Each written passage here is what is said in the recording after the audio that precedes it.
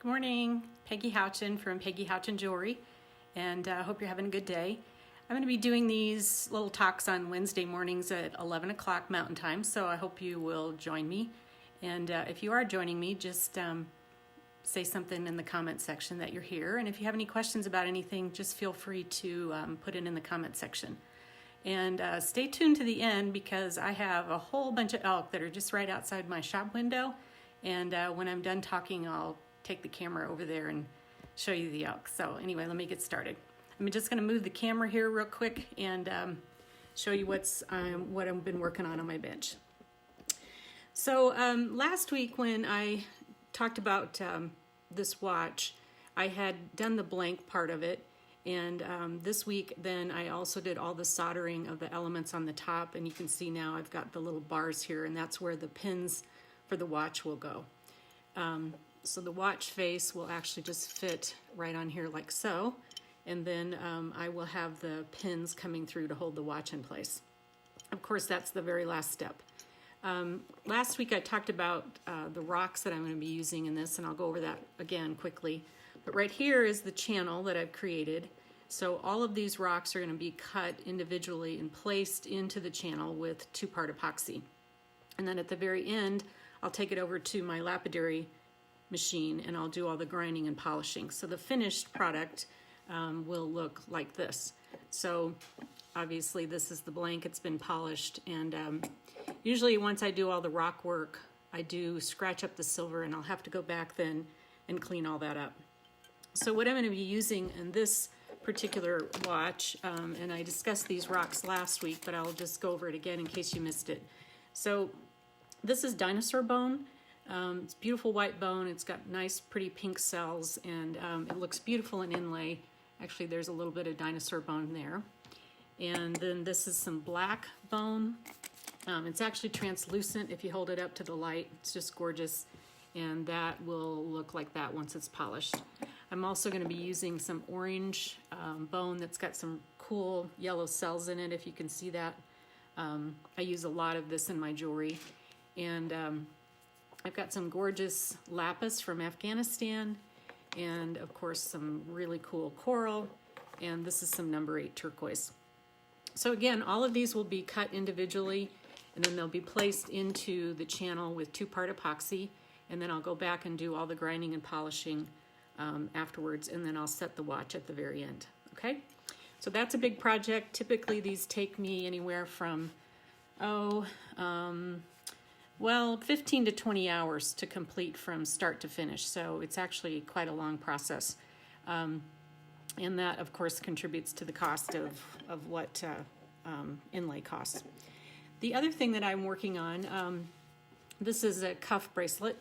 So what I've done is I've just textured this very lightly, and it's been patinaed, and I texture it through my rolling mill. I've shaped it, and then I'm going to be setting a stone at the top. I've got a couple of options here, so if you have a choice of what you'd like to see, let me know. This is a piece of turquoise that I've had for quite a while. I'm not really even sure what kind it is, but it's a really beautiful big cab. I think that'll look really nice placed on top of this. I also have some purple agate, which is gorgeous, and that might also look really pretty on top of this cuff. So if you have a preference for the stone, let me know, put it in the comment section.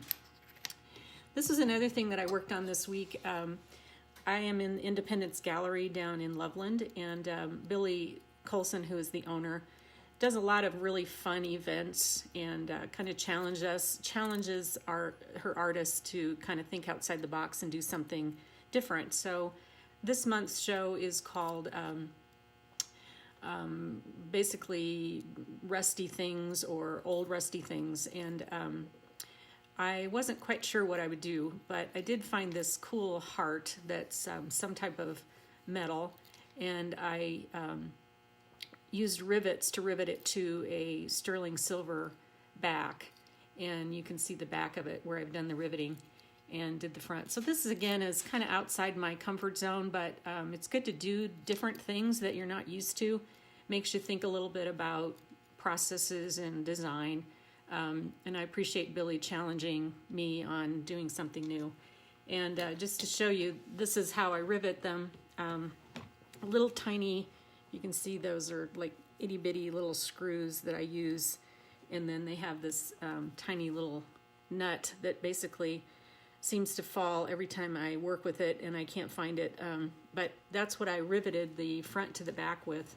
And then if you can see on the back, I just put the nut on it, and then I put a little bit of Loctite, and then hammer down the, I cut the nail off with the pliers, and then rivet that down.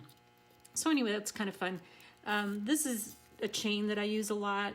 You'll see these on a lot of my pendants. It's called a magic ball chain. I love these chains.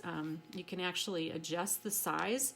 So you just slide this through the ball, and this chain here goes from, well, whatever you want it to be, 16 inches up to 24 inches. So it's pretty cool. So basically that's what I've been working on this week, and keeping quite busy with jewelry orders. If you have any comments, you can just put it in the comment section. If you have any questions, let me know, and I'll cover things as we go along. I'm planning to do maybe some tours of my studio, some of the equipment that I'm using, saws, lapidary equipment, things like that. So anyway, as I promised you, I'm going to just change the camera here if I can. I can't figure out how to do it. And I'll show you right outside my window here. I'm going to turn this around. Hopefully you can see it. But right outside the window, I'm hoping you can see there's a whole bunch of bulls. There's about 20 of them today that are all hanging around. I got some cool photos of them, so I'm hoping that you can see them. Anyway, have a good day, and talk to you soon. Thanks. Bye.